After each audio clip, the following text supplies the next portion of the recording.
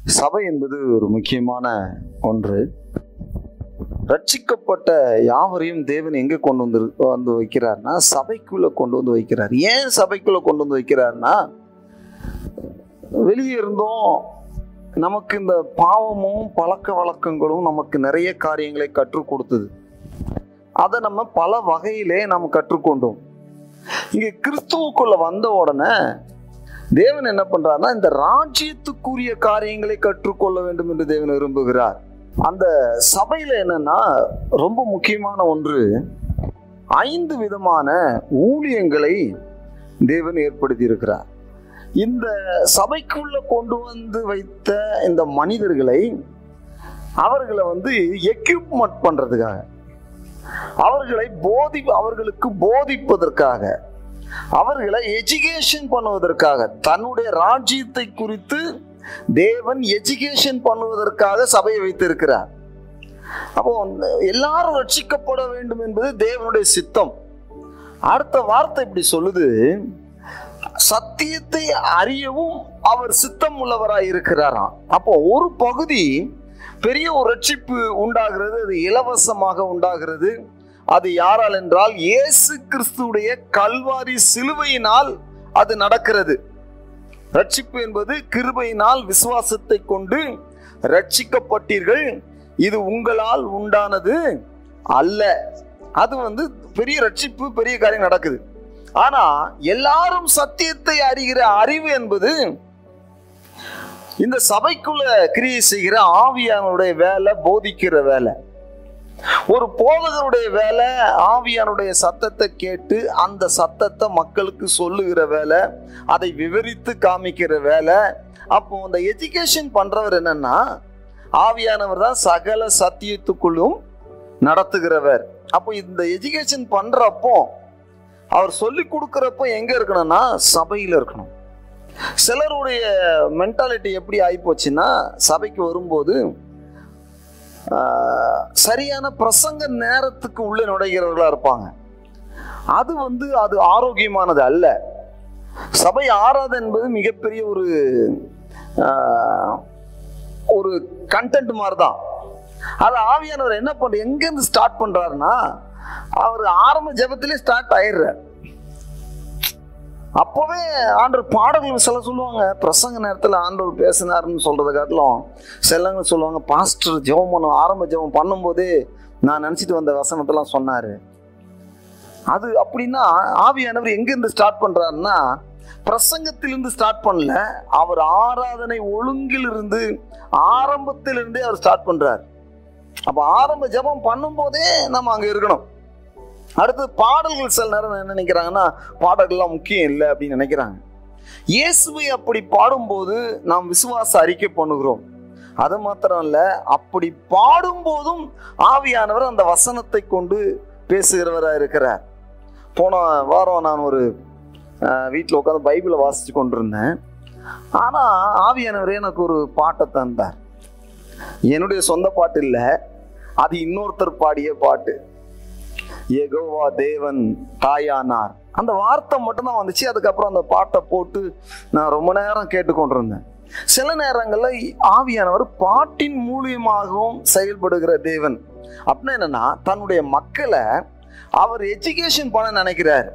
அப்போ தேவன் நினைக்கிறத நீங்க புரிஞ்சு கொள்ளணும், தேவன் வெளிப்படுத்துறத நீங்க அறிந்து கொள்ளணுன்றதுக்காக தான் அவர் தொடர்ந்து கிரியை செய்து கொண்டிருக்கிறார். அதனாலதான் வெளியே பல டிஸ்ட்ராக்ஷன் நமக்கு வந்தாலும் அவைகள் மேலாம் கவனம் வேண்டான்னு சொல்றார். எனக்கு நீ முக்கியத்துவம் கொடுக்கணும்னு சொல்றாரு. இன்னும் கேட்டீங்கன்னா, ஆண்டவருக்கு இன்னொரு பேர் ஜெலசி காடா. புரியுதுங்களா? சில நேரங்கள் அவர் எப்படி போட்டுறவர்னா, நீ எனக்கு மட்டும்தான், நான் உனக்கு மட்டும்தான். இல்லைங்க, நீங்க எனக்கு மட்டும்தான், நான் எல்லாருக்கும் அப்படின்னீங்கன்னா அவர் சிச்சிக்கிற தேவன், அடிக்கிற தேவன் இல்ல, சிச்சிக்கிற தேவன். சில நேரங்கள்ல சில விஷயங்கள்லாம் சில ஆள் ஆண்டவர் கண்டிப்பார். ஒரு போதகரை போன ஒரு 2 நாளைக்கு முன்னாடி பார்த்தேன். அவர் எப்பவுமே ஜனங்களை திட்டிக் கொண்டே இருப்பார். ஆனா அவர் பேசுறாரு என்கிட்ட, ஜனங்களை திட்டக்கூடாது, அடிக்கக்கூடாதுன்னு சொன்னாராம்.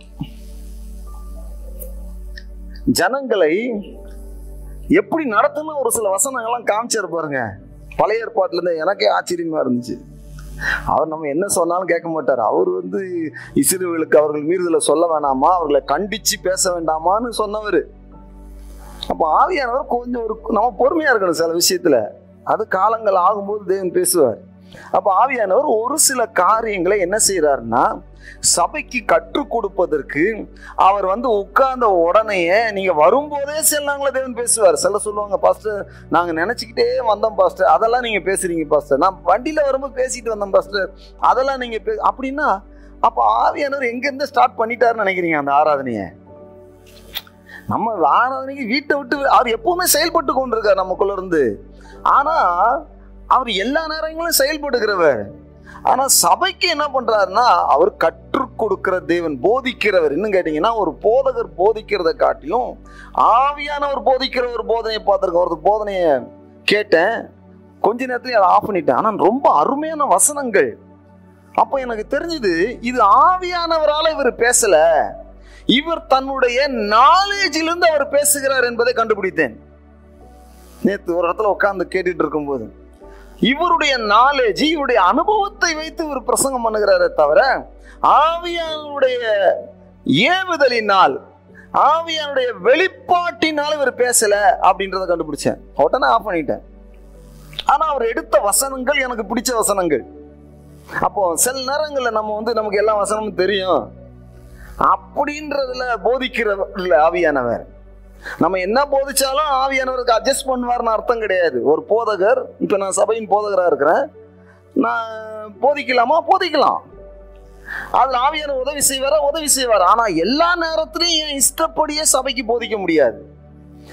பாருங்க, நான் வாசிக்கிற வேத பகுதி எபிரேயர் புஸ்தகத்தை வாசிச்சு கொண்டிருக்கிறேன்.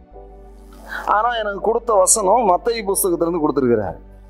இல்ல நான் படிச்சது தானே நான் சொல்லணும் அப்படின்னு இல்லை. அப்படி சிலர் நினைக்கிறாங்க, போதிக்கிற வேலையில பாஸ்டா இருந்ததுனால அவர் போதிக்கிறார் போலும் இருக்குன்னு நினைச்சுக்கிட்டு இருக்காங்க. இல்ல, போதிக்கிற வேலையில நான் இருக்கிறதுனால போதிக்கல, உங்களுக்கு போதிக்கிறதுக்காக ஆவியானவர் என்கிட்ட பேசுறார்.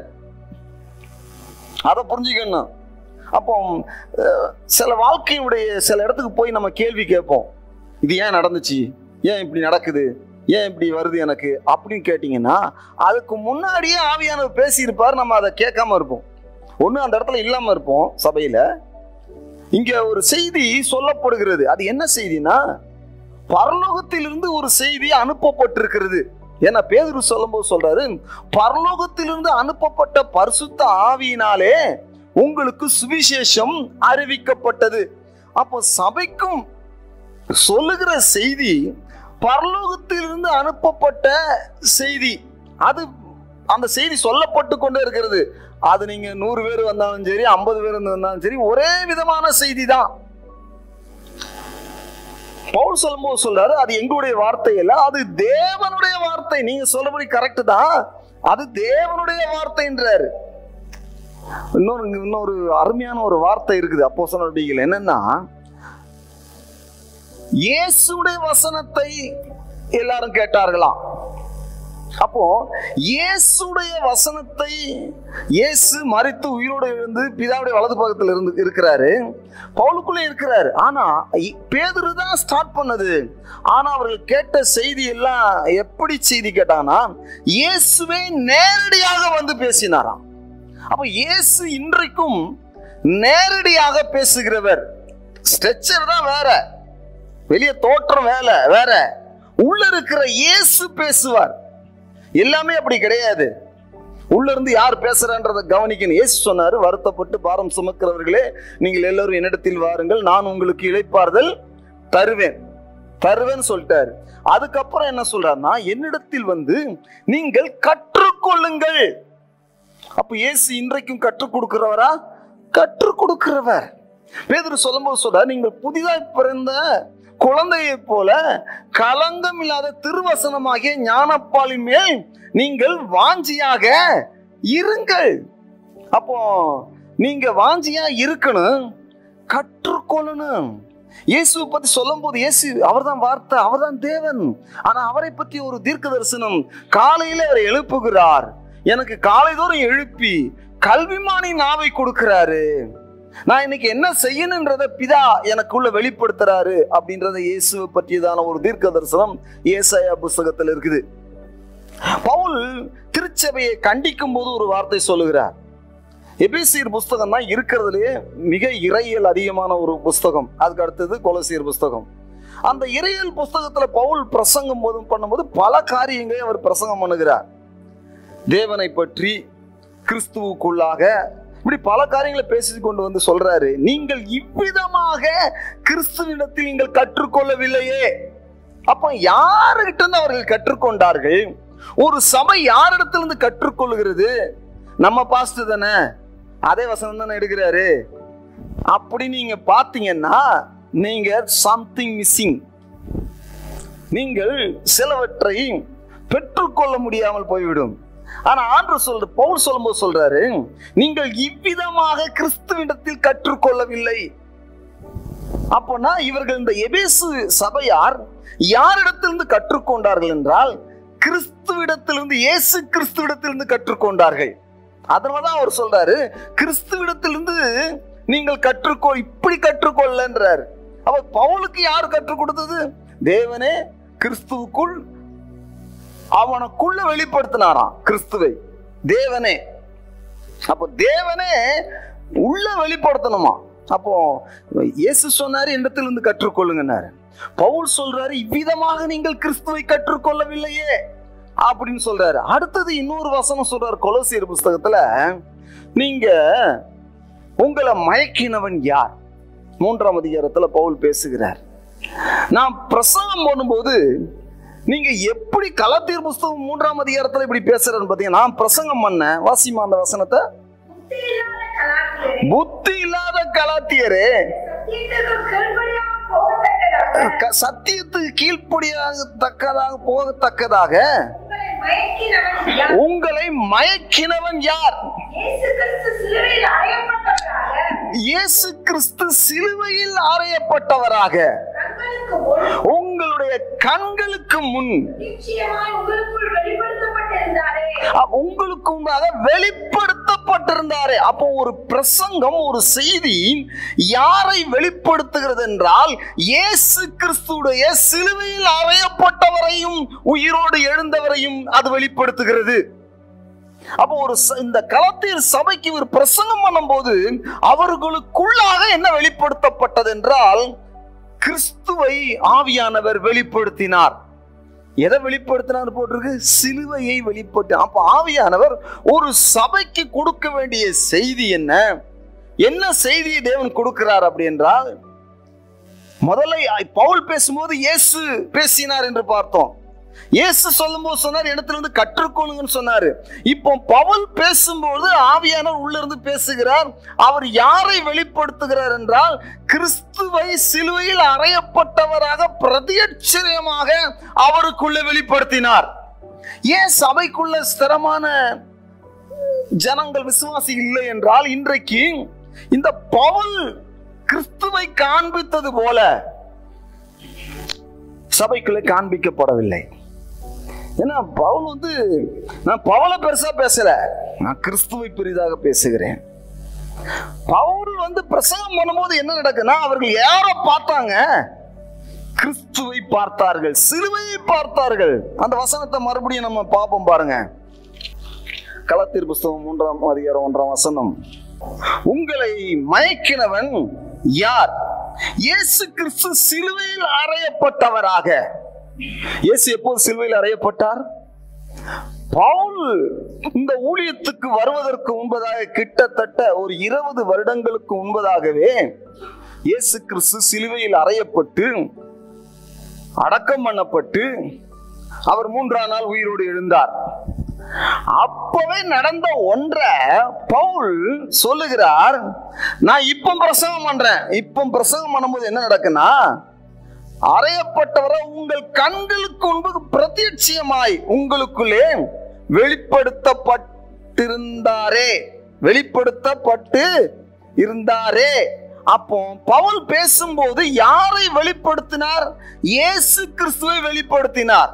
அப்ப சபை ஆரோக்கியமா இருந்ததற்கும், சபை வளர்ச்சிக்கும், சபையுடைய பெருக்கத்திற்கும், சிரமமான வாழ்வுக்கும் கிறிஸ்துவை, இயேசு கிறிஸ்துவை பிரசங்கிக்க செய்ய வேண்டியது அவசியமா இருக்கிறது. பாருங்க, அவங்களுக்குள்ள இயேசு கிறிஸ்துவை நேரடியா வெளிப்படுத்தப்பட்டார். அதனால பவுல் சொல்லும்போது சொல்றாரு, நான் சிலுவையை குறித்து அல்லாமல் வேற ஒன்றையும் குறித்து நான் மேன்மை பாராட்ட மாட்டேன், நான் பிரசங்கிக்க மாட்டேன், நான் வெட்கப்பட மாட்டேன். அவர் சொல்றாரு, வேற ஒன்னையும் உங்களுக்கு சொல்ல மாட்டேன், வேற ஒன்னையும் பிரசங்கிக்க மாட்டேன், நான் அதை சொல்றதுக்கு நான் வெட்கப்பட மாட்டேன்.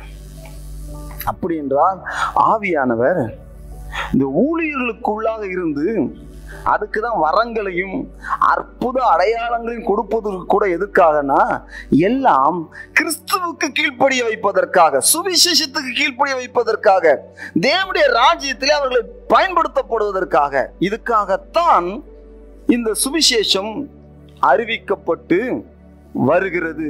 யாராலனா, பரலோகத்திலிருந்து அனுப்பப்பட்ட, நாம் போய் இஷ்டப்படி போய் சுவிசேஷம் சொல்லலாம், ஆனால் எஃபெக்ட் இருக்காது. ஒருத்தர் ஆவியினால் நடத்தப்பட்டு, தேவனுடைய ஆவியில் நடத்தப்பட்டு சொல்லப்படுகிற சுவிசேஷம் தான் சுவிசேஷம். சிலர் கணக்குக்காகவும் பணத்துக்காகவும் ஒரு ஃபண்ட் ரைஸ் பண்றதுக்காகவும் சில காரியங்களுக்காகவும் பண்ணா அதை ஆவியானவர் விரும்புறது இல்லை. நம்ம எந்த ஊழியம் செஞ்சாலும் சரி, சுவிசேஷ ஊழியம் செஞ்சாலும் சரி, அது ஆவியானவரோடு செய்யப்படுகிற ஊழியமா இருக்கணும். ஒருத்தர் என்கிட்ட வந்தாரு ஒரு 25 வருடங்களுக்கு முன்பதாக. நாங்கள் ஒரு சாதாரண வீட்டில் இருந்தோம். அவர் எங்களை ரொம்ப மிகவும் நேசித்தார். அவருக்கு நான் ஜெபம் பண்ணேன். ஆண்டவர் அற்புதம் பண்ணார். 18 வருஷமா குழந்தை இல்லை. அந்த ஐயாவுக்கு குழந்தை வந்துச்சு, ஒரு பெண் குழந்தை பிறந்துச்சு. நாங்களாம் போய் ட்ராக்ஸ் எல்லாம் ஊழியெல்லாம் போய் கொடுத்துட்டு வந்தோம். வரும்போது திருப்பி பார்த்து கேட்டேன் அவரை, நீங்கள் எதுக்காக என் கூட ட்ராக்ஸ் கொடுக்க வரீங்க? அவர் சொன்னார், பாஸ்டர் நீங்கள் கஷ்டப்படுறீங்க பாஸ்டர், அதனால கூட வந்தேன்னார். அப்போ இயேசு மேல அன்பு வைத்து, இயேசுக்கு தேவன் கொடுத்த அழைப்பு என்றும் தேவன் எனக்கு கொடுத்த கடமை என்றும் விசுவாசிக்காம அவர் சொல்றாரு, என்ன பிரியப்படுத்துறதுக்கு, எனக்கு உதவி செய்யறதுக்கு வரேன்னு. நான் சொன்னேன், ட்ராக்ஸை கையில வாங்கிட்டு இப்படியே போயிருன்னு. இயேசுவை பின்பற்றாம நம்ம கூட ஒருத்தர் சுவிசேஷ ஊழியம் செய்ய வேண்டிய அவசியம் இல்லை. அப்போ என்னன்னா, ஒரு சபை எதற்காகனா புரிஞ்சு கொள்ளுங்க, அவர்களை எஜுகேஷன் பண்ணுவதற்காக, அவர்கள் தேவனோடு இணைப்பதற்காக, ஒரு போதகரோட அல்ல, ஒரு சபையோடு அல்ல. சபை பேரு தேவை, சபை தேவை. ஆனா இந்த உலகத்துக்குள்ள ஒரு ஐடென்டிபிகேஷன், அவ்வளவுதான். ஆனா அவர்கள் கிறிஸ்துவோடு வளர்வதற்கும், அவர்கள் கிறிஸ்துவிலே நிலை நிற்பதற்கும், அவர்கள் வாழ்க்கையில் வருகிற எல்லா போராட்டத்திலும் அவர்கள் நினைப்பதற்கும் தான் ஒரு சபை கொடுக்கப்பட்டிருக்கிறது. ஒரு சபையில கொண்டு வந்து மக்களை சேர்க்கிறார். சிலர் அதுல ரெஸ்பான்சிபிள் இல்லாம இருக்கிறாங்க. நான் இந்த சபையை சேர்ந்தோம் சொல்லிக்கிடுவாங்க, எங்க பாஸ்டர்னு சொல்லிக்கிடுவாங்க. சபைக்கு எப்பாவது ஒரு தடவை வருவாங்க. அது அந்த பாஸ்டருக்கு மனம் உழைச்சிரு, போனானே, வந்த வாரம் வந்தான், அடுத்த வாரம் வருவானோ வரமாட்டானோன்ற எண்ணங்கள்லாம் அவரை பாதிக்கும். ஒரு ஒழுங்கற்ற வாழ்க்கை சபையில செஞ்சா அவர்களுடைய வாழ்க்கையும் ஒழுங்கற்றதாக தான் இருக்கும். சபையில வேணா தேவதூதன் மாதிரி இருக்கலாம், வெளியே வேற மாதிரி இருக்கலாம். சபையில சிலர் கிறிஸ்தவர்களா இருப்பாங்க, நான் நிறைய பேரை பார்த்துருக்கிறேன். நான் எதுவும் சொல்றது கிடையாது. சபையில கிறிஸ்தவர்களா இருக்கிறாங்க. இங்க வரும்போது ட்ரெஸ் மாறிடும், பேச்சு மாறிடும், எல்லா பழக்க வழக்கமும் மாறிடும். ஆனா வெளியே போகும்போது அவர்களுடைய எண்ணங்களும் சிந்தனை தீயதான சிந்தனைகள் இருக்கிறது, தீமையான எண்ணங்கள் இருக்கிறது. அப்படின்னா என்னன்னா, அவர்கள்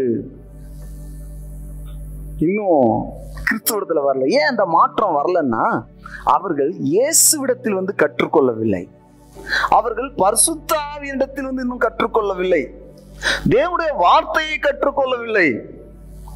அவங்க இன்னும் தேவனுடைய ராஜ்யத்துல எப்படி நடக்கணும்னு அவர்களுக்கு தெரியாமையே கடைசியில் ஆபத்தை சம்பாதிக்கிறார்கள். தேவன் வச்சிருக்கிற திட்டமே தெரியாம கடைசி வரைக்கும் ஓடி ஃப்ரெண்டு கெட்டு கேதரிங்க, எனக்கு விருப்பமானது, நான் சந்தோஷமா இருக்க வேண்டாமா அப்படின்னு ஓடி கடைசியில வாழ்க்கையை, தேவனுடைய அழைப்பை, தேவன் வைத்திருக்கிற திட்டத்தை எல்லாம் இழந்து கிறிஸ்தவங்களா இருப்பாங்க, ஆனா சந்தோஷம் இல்லாத கிறிஸ்தவர்களா இருப்பாங்க. இடரில் உள்ளவர்கள் கிறிஸ்தவர்களா இருப்பார்கள். சபைக்கு இடர்கள், அவர்கள் இந்த சமுதாயத்துக்கு இடர்களா இருப்பாங்க. கடைசி வரைக்கும் சில விஷயங்கள் சொன்னா அவர்களுக்கு புரியாது. அதனாலதான் நான் சொல்றேன், எப்படி இருக்க வேண்டும் என்றால் ஒரு கிறிஸ்தவர்கள் தேவன் சபையில கொண்டு வந்து வைக்கிறார் மக்களை,